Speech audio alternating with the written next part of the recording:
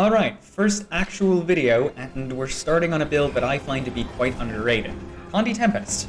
Yeah, it's a bit of a weird one, and in the background you're seeing footage of the fight that is usually the reason I'm not allowed to play Elementalist. Gorseval. But that's also the reason I'm starting with this build in particular, because it really does not have a lot of the issues that people often take with Elementalist as a class.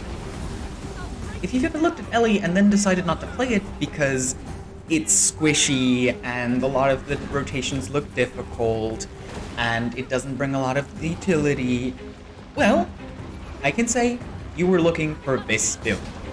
Because if Tempest is one thing, it's easy. How easy? Well, I haven't played this build in about 4 years. And when we started the fight, I realized I had entirely forgotten to look up the rotation that I was supposed to be doing. And I also haven't played with the new scepter changes that came in at the end of last year at all. So going into this fight, I was completely underprepared. I didn't really know what was even good anymore on scepter, and if you look closely, I default back into the rotation that the support version of this build usually does, repeatedly. I'm not supposed to be using stuff like Sand Squall, and yet here I am. And yet, I still got Verdant DPS. So yeah. There is a slightly modified version of this build that we like calling Face Roll Elementalist, where you just camp Fire Attunement the entire time, and just literally press everything off of cooldown, and it still works just fine. And even if you don't do that, you're still only using 2 elements because water and air are basically useless to you unless you're doing CC, which is also easier to access for you compared to other Elementalist specs, namely both Weaver and Catalyst.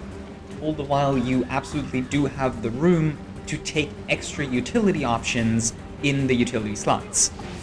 The Tempest Shouts got buffed not too long ago, and you now have your choice of a group stun break that is also stability, Aegis, and the ability to take Rebound, which is just a get-out-of-jail-free card for your entire subgroup.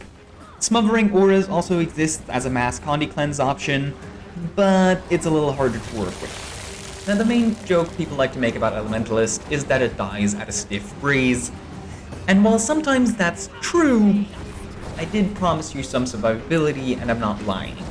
First off, the build is almost completely ranged except for the overloads, which already helps a lot. Now, that is kind of a weak argument at this point because there's a lot of builds that fulfill that condition nowadays. But you also just get damage reduction for existing? You're running both Earth and the Tempest trait line, which inherently in the minors, that gives you passive survivability that comes out to, at bare minimum, 2k extra health, usually more. And trust me, that adds up quickly.